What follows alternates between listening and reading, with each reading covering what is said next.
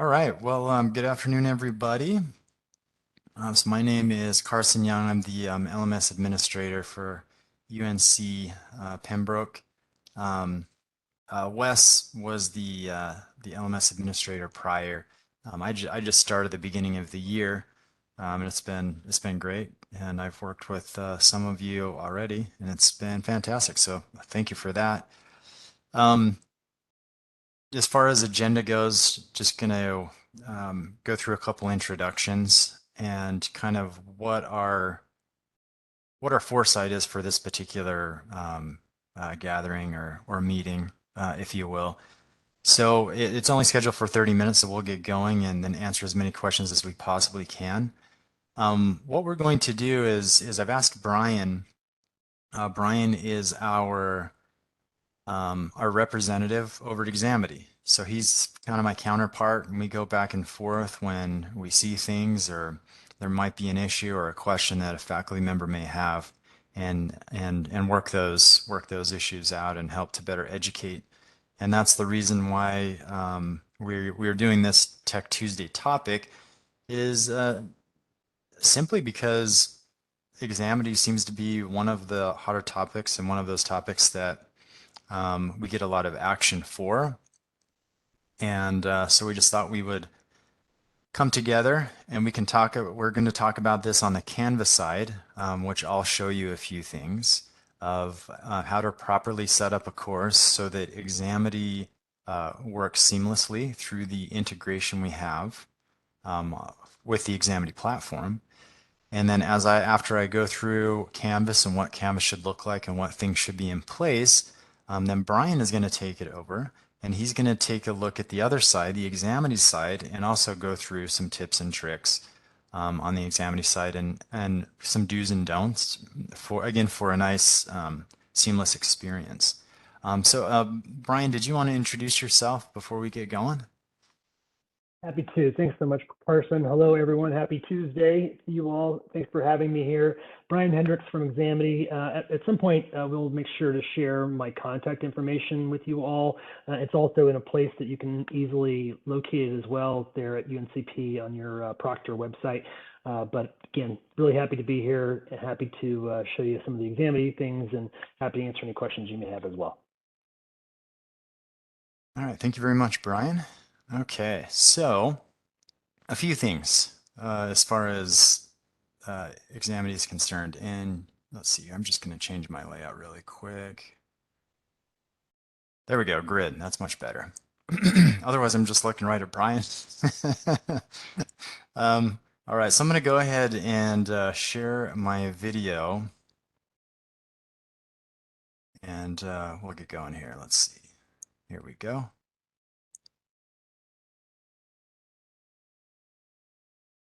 All right, can everyone see my screen okay?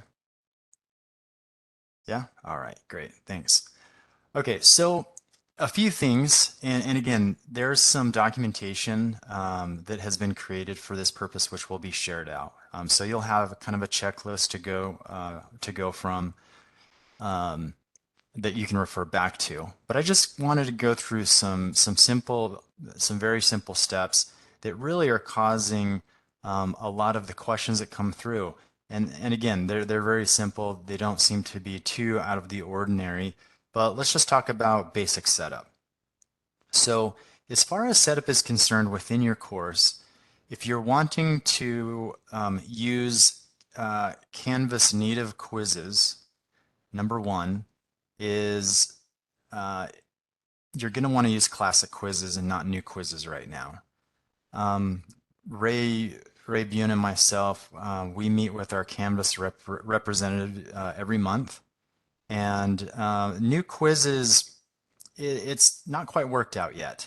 They still are debugging a little bit and enhancing new quizzes.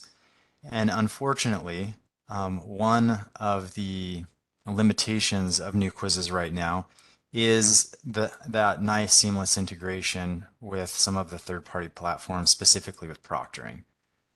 So unfortunately, with new quizzes, they're not going to seamlessly move over into into Examity after you've created them. And we're going to talk about that seamless transition in just a moment.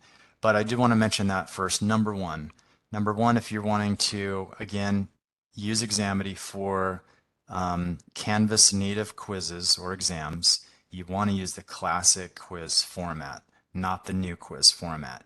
And when you go to create a quiz, it should give you the option to choose one or the other. So if we go, again, I clicked on quizzes on the left, I clicked add new quiz up here on the top right, and again, I've got the option for classes or new classic or new quizzes. You're going to want to use classic quizzes. So that's number one. Number two is this quizzes link over here on the left navigation menu. This needs to be enabled. Right now I have it disabled. This one little thing can cause your quizzes not to move over to Examity. Just this one little thing. It's kind of funny, but you want to make sure that this quizzes link over here in the navigation area is enabled. And I'm going to show you how to do that. It's very simple. You'll just go to settings within your course. And this is going to take you to your general course detail settings. What you're going to want to do is you're going to want to click on the navigation tab. It's the third tab over. And this shows all of the links that you can add or remove from this left navigation area. The top area are those that are visible to learners, and the group below are invisible to learners, but still visible to yourself as a faculty member. So what we need to do is just scroll down, find quizzes. There it is. We can see page disabled. We can do one of two things. We can drag and drop it, or we can also click the three dots on the right and enable, and then it will automatically move it to the bottom. But let's say we want it up a little bit higher, maybe next to modules. There we go. So now that's been added, but don't forget the last and most important step, which is saving at the bottom. Now what we can see is we see quizzes now where we dropped it, and it is no longer disabled. So that's number two, is the quiz link in the navigation panel needs to be visible. All right. Now we're going to go to, let's see here, let's go to a classic quiz. All right, next. This next section is going to go over a couple other things, but this is at the quiz level itself. So when you're creating your quizzes, there are a couple things you need to be familiar with right inside the actual quiz settings. So when you click on your quiz and you go to edit, we need to take a look at a couple quick things. Number one is we've got to make sure that we have an access code enabled. So make sure you put in a password, essentially. Again, if it doesn't have an access code or a password associated with it, again, just this one thing will keep that quiz from moving over automatically to the Examity side. So make sure you do have a password for your quiz. And then lastly, you just need to make sure that your quiz is published. And so you can do that in a couple different areas. You can do that from the quizzes page itself, or you can do it from modules if it's located in modules. But you do need to make sure you have that green circle with the check mark. So basically four things, everyone, on the Canvas side. Number one, you want to use classic quizzes. Number two, you want to make sure the quizzes link on the left is visible or enabled. Number three, within the quiz settings themselves, you need a password associated with it. And then lastly, and number four, is that it is published on the Canvas side. Now, if you have all of those four things good to go, then the actual integration process can occur, and it occurs, and the standard, and I'll kind of bleed over just a little bit, Brian, and then backtrack if you need. But essentially what happens is when all of those things are in place, there is I guess we could call it a sync. I think you call it something else, Brian, but it's essentially a period of time where Examity looks into Canvas and scans and finds, oh, these are all of the quizzes that need to, no, you know what, I'm one step too far actually. within your course, you have an SSO link, a single sign-on link.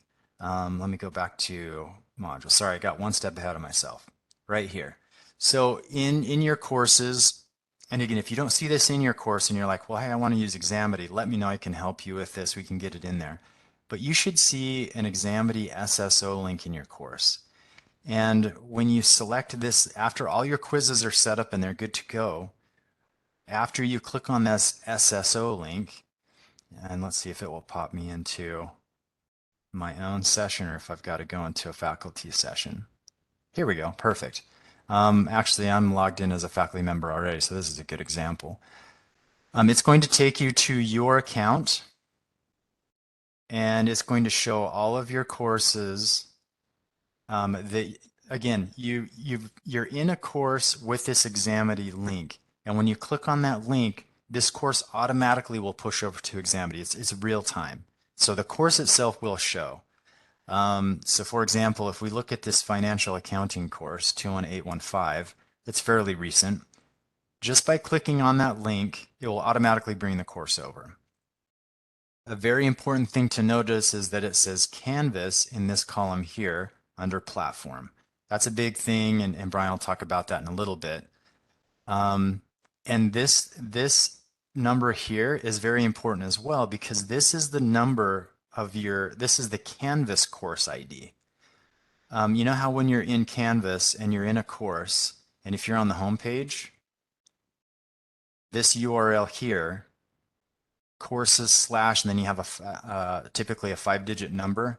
That's the number that Examity pulls to identify your course so that they match up.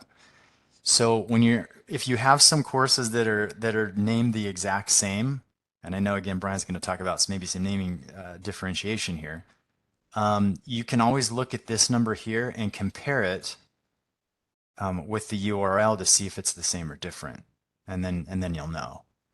Then you can even jump back into your course, back into settings.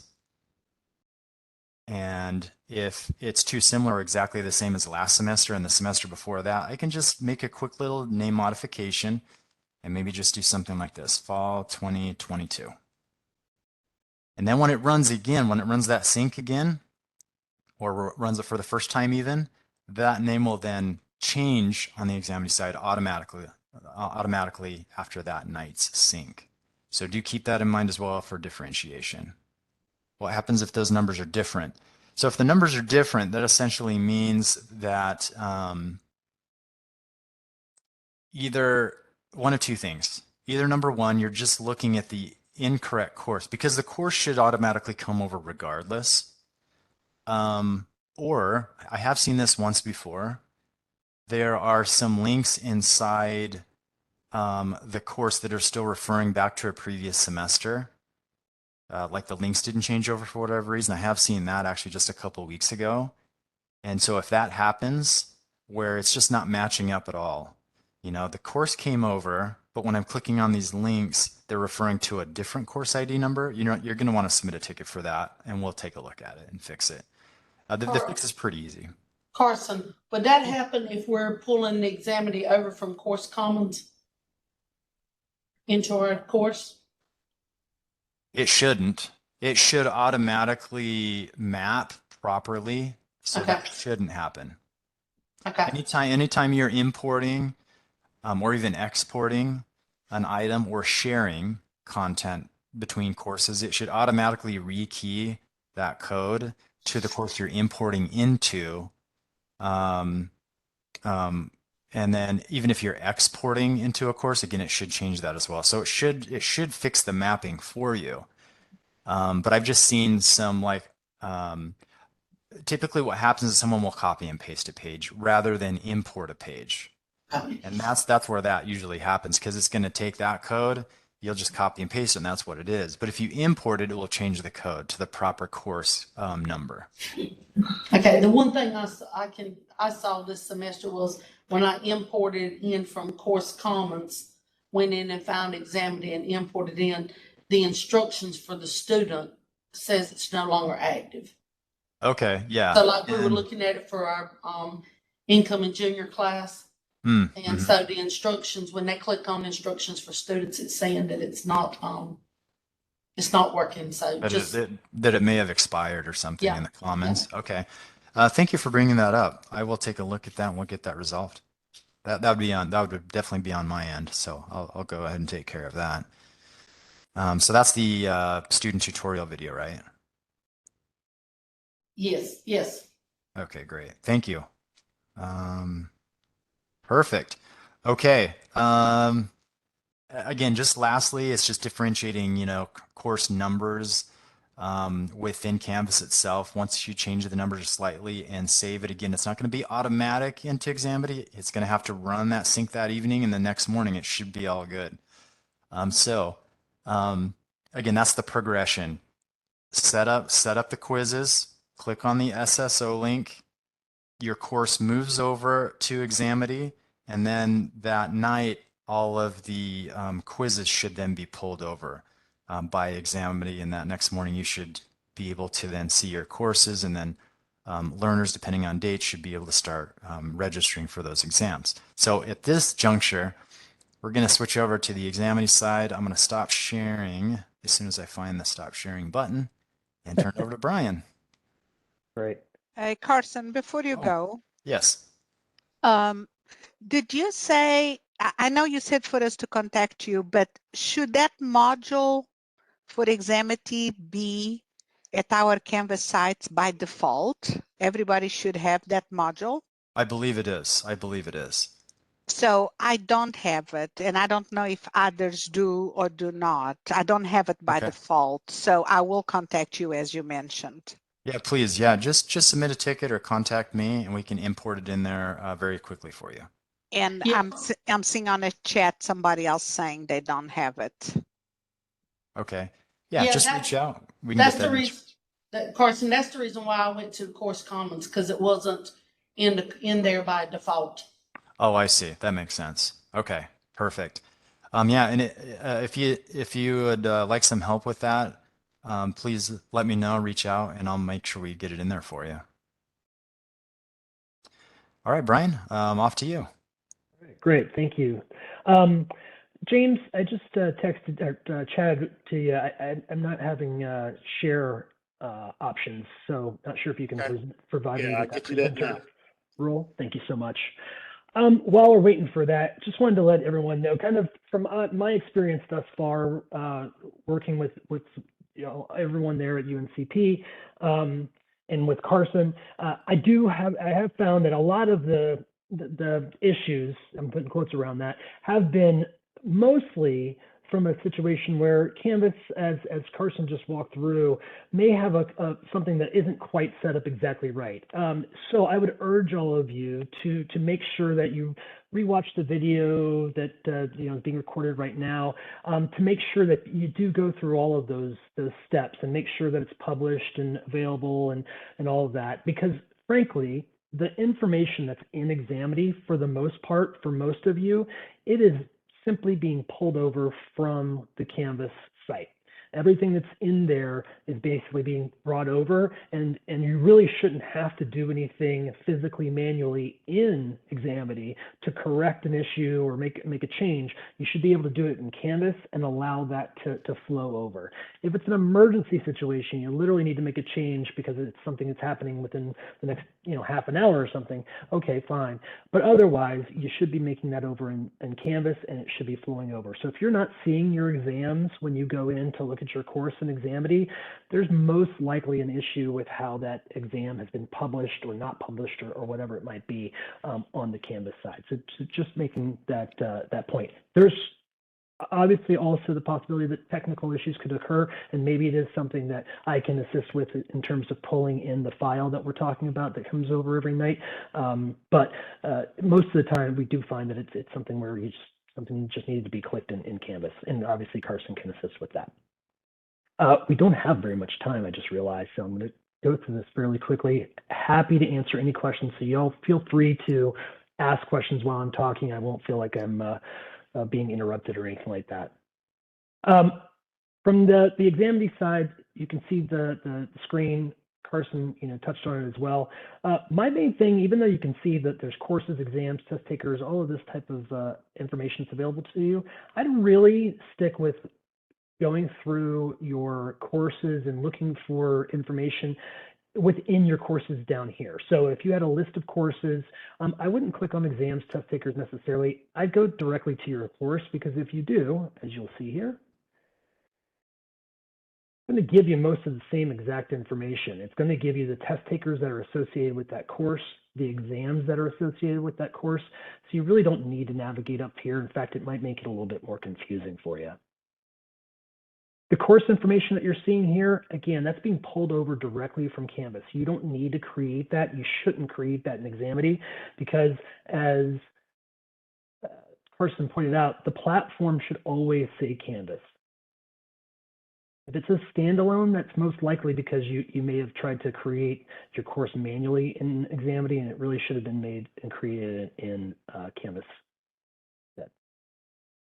Basic information there, you can actually set up secondary instructors. So you could allow for other instructors that you may work with to have access to the system as well. Test takers, you can see exactly who's available to be part of your course and take your exams. Again, that information is being pulled over from Canvas. If you don't see anything here, it's because something is most likely not been set up correctly for your exams in your course in Canvas. And jump past this course accommodations first and go to the exams. And again, you'll see the exams here as well. You shouldn't have to create exams manually in Examity. They should pull over. Now, some of you, I'm going to put a big caveat on that. Some of you work in the math department and maybe another department that doesn't necessarily use Canvas as your LMS.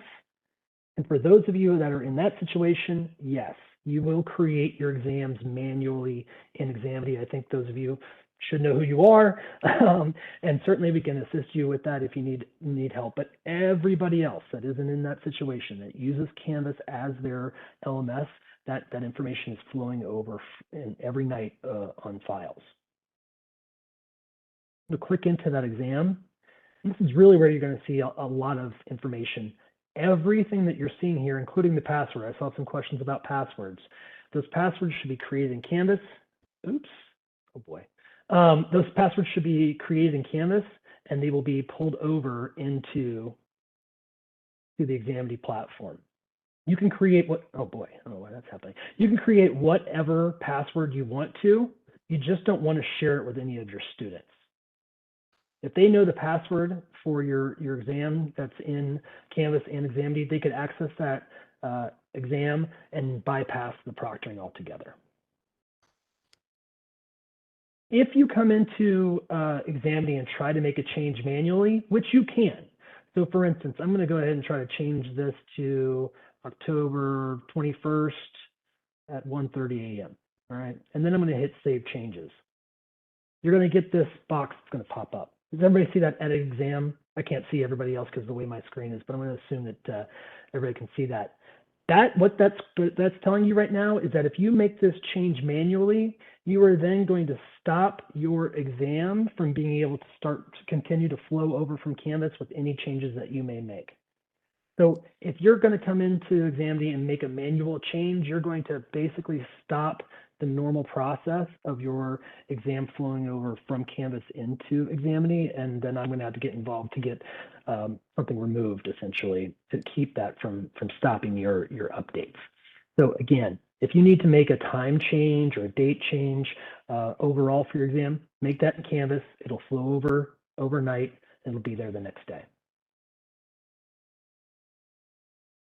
If you needed to make a scheduling exception for just one student or a collection of students because they were had an issue with making it to the exam on time, you can come to scheduling exceptions and you can create an individual schedule exception for the students that need that with the tool that's available. You can do that manually in the system. You can see all the rules that are set up, and you can have additional rules.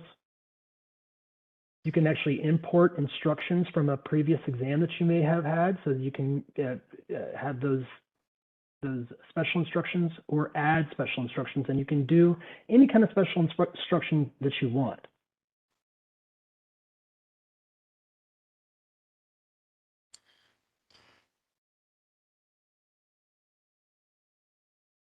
Okay. You can upload supporting documents if you need to have some sort of like test sheet that's available. And also you can come into the Proctoring Analytics and you can see exactly what the status is of the exams for each of your students. And that status isn't what their grade is. That status is whether or not they completed the proctoring situation and what the outcome of that proctoring situation was. So, and it'll also provide various flags that are available for each one of the exams. And if there is a flag, it is purely informational for you. It is not saying that we've determined that they've cheated or that they're out of line or that you should fail them or anything. It is just simply to say, hey, we noticed something that seems to be out of sorts, and it's something for you to be able to be aware of, so that while you're looking at the video, which you have access to if you click on detail, that you can also determine whether or not you agree that there was a violation or a problem. It's 2:30. I don't know how much time everyone has, but I did want to make sure I answered any questions that might be out there. I can't see the chat at the moment, so. Carson, if students need to use or Brian, if they need to use a calculator, is there a built-in calculator like we have with Proctored and White Sheet? Or is it just putting that notation in a manual calculator and scrap paper? Yes, you'll want to put in the special instruction that it would allow for them to use a calculator. So Okay. you could put in that instructions that you want to allow for that. And you could say whatever type of, and actually we already have handheld calculator, scrap paper as available, and online calculator too. So you don't even have to make a special instruction for that. Okay. You can just click on those boxes. Brian, this is Lisa. I have a question. Like yesterday, we had a situation where students weren't able to get an Examity.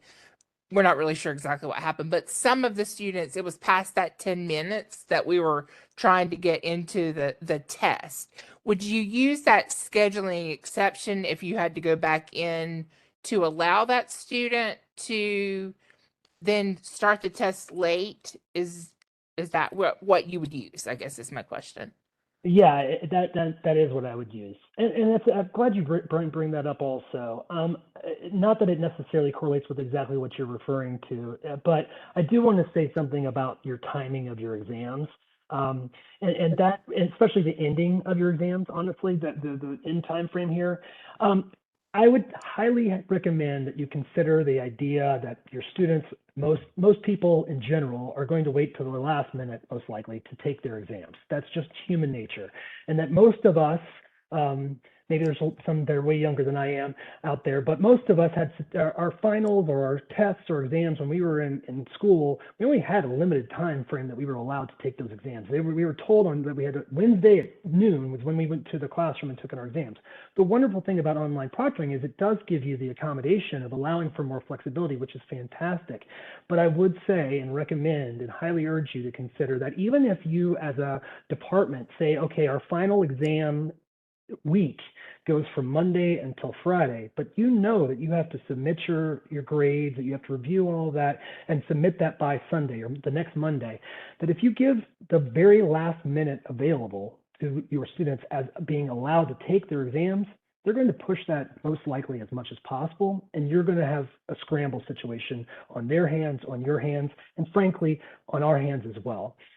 So I would recommend that even if you said, hey, finals week lasts till Friday, well, our final time frame for the proctoring is going to be Thursday. We're going to cut off Thursday at 5.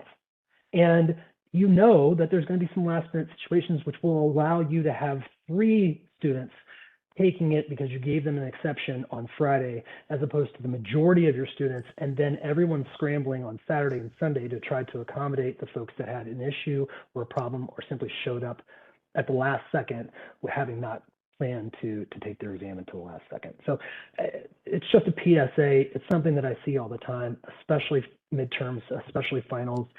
And frankly, y'all aren't the only ones who are using the platform. And so everyone, I tell that to every instructor that I talk to is think about the fact that you're trying to siphon everybody into a situation at the last second, and it inevitably is going to cause an issue, whether it's technical or it's just human nature.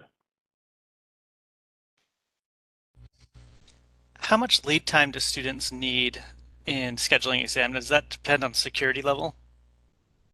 Security level, yeah, it's a great question. So in terms of security level, if it's an automated where you're not using a proctor, you can basically sign up for your exam whenever that window, until the end of that window, as long as there's that buffer. So if it's a 45-minute window in this particular situation, they would need to start their exam an hour before, 12 o'clock, let's say 11 a.m.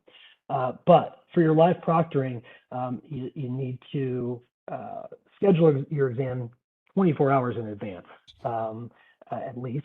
And then you need to be there 15 minutes in advance to start the process of checking in and getting started. You don't have to be there 15 minutes in advance, but we recommend being there 15 minutes in advance of the test time frame. So is that 10-minute, is that like a set in stone? Like if they have it started in 10 minutes, like if you have a time, like say that they're only allowed to have it 10 to 11:30, and Right. if they have it started by like 10 after 10, is that a set in stone kind of thing, or is Generally, that adjustable? Yeah, sorry about that. Yeah, it's set in stone because you're talking about human proctors on the other end, right? So they are sitting there available and waiting for that particular person. They're essentially, they've got the appointment too. They've got the appointment with your student, just like your student's got the appointment with them. And so that window of time is set so that if your student isn't there, it's essentially considered a no-show. I consider it the same thing as if you closed your doors to your classroom and didn't let somebody walk in your classroom 10 minutes after class started. I would consider it be a similar situation. But we're not using human proctoring, I don't think, right? Is that right, Jayla? Dr. James Blacklear? That's correct. We're using the automated.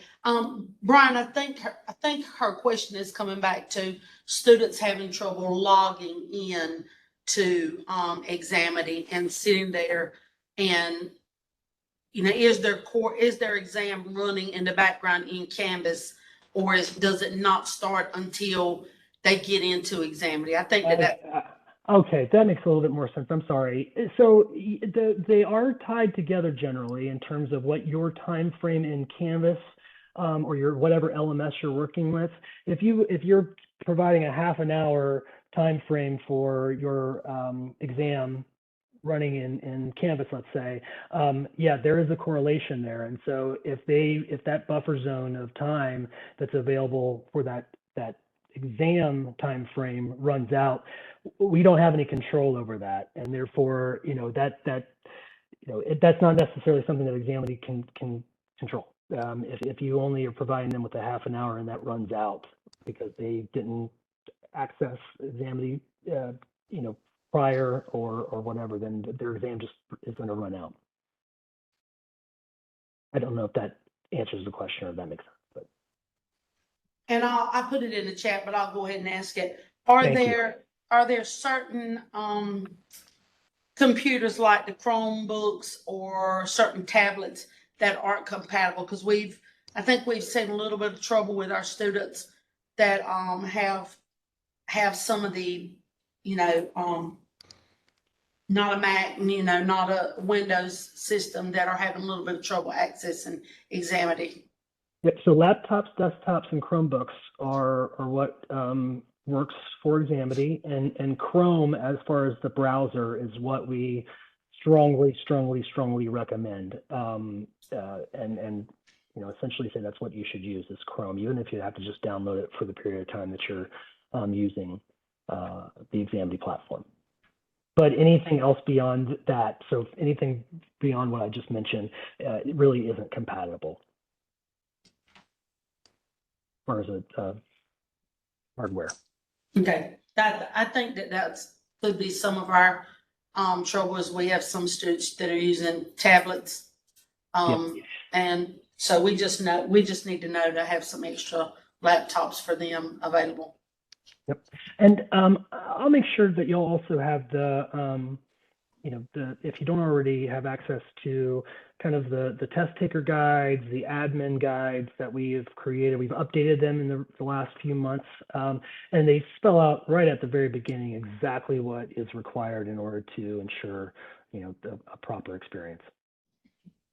Yeah, I think that's probably what happened in Carson as to why when I imported it from the Course Commons, it was showing that it had expired, so it didn't have the new instructor guides or student guide in there. Right. Yeah, we'll get that taken care of.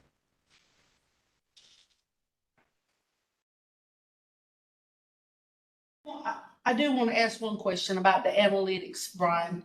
So it showed that it would give you analytics for after your test. Is it just the analytics of who took the test, how long it took them?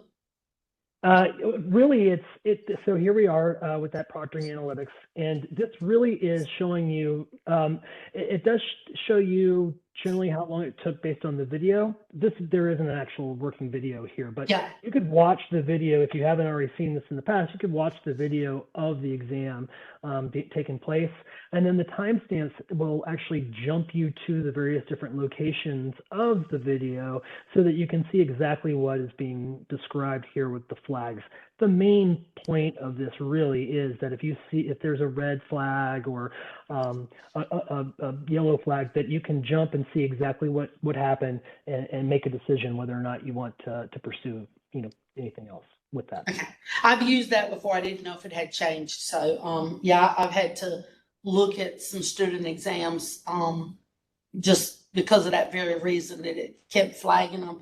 And the proctor, when they reviewed it, had a question. So thank you for that. Of course, and I just want to reiterate too, it's based on what we're seeing, based on rules, what best practices are, all of that. It's not something that you even have to respond back to us. We're just letting you know. It's an information source only, and you can take it as you wish. So don't need to worry about us trying to force your hand on decisions on any of this.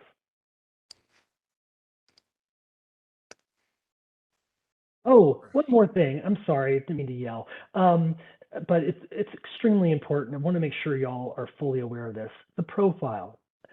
This is as much for you, but really, really for your students, especially if you happen to have students that may travel or that might be remote. And who knows, right? You don't know if your student's going to be traveling over a spring break or Christmas or whatever else.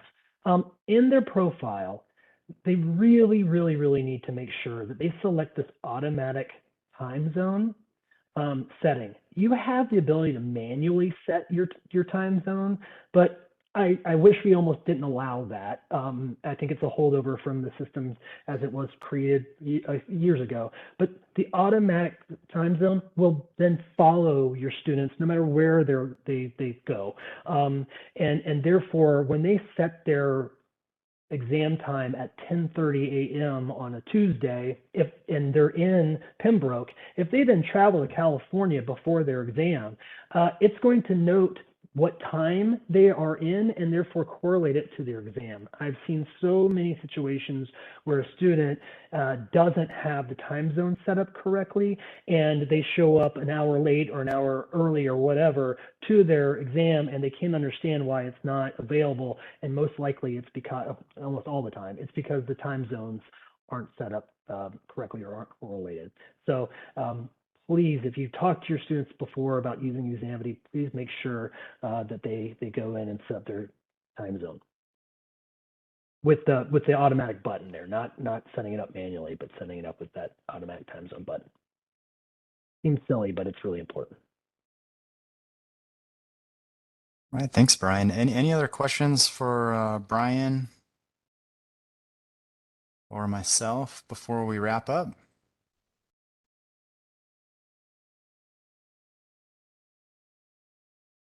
Okay. One last thing I wanted to show too, on the proctoring website page from UNCP, down towards the bottom is my contact information. Please don't ever hesitate to reach out to me. I might defer you back to Carson if I determine that it might be a Canvas situation, but happy to help. And even happier to if you email me or even text me with that phone number, and then let me know, hey, I want to call you and talk to you. I'm happy to pick up the phone. I might not pick up the phone if you just call out of nowhere, because I don't always pick up with numbers I don't recognize. But if you let me know beforehand that you're going to give me a call, I'll pick it up ASAP. Awesome. Thanks, Brian. Thanks for taking time to meet with us. And thank you all for attending. Hopefully this was helpful, and will be a good resource going forward. We'll get some updated documentation out to everybody as well, so they have the latest and greatest. Again, if nothing else, again, thanks for coming, and we will see you next time. Have a good day, everyone. Thanks, everybody. Thanks, James.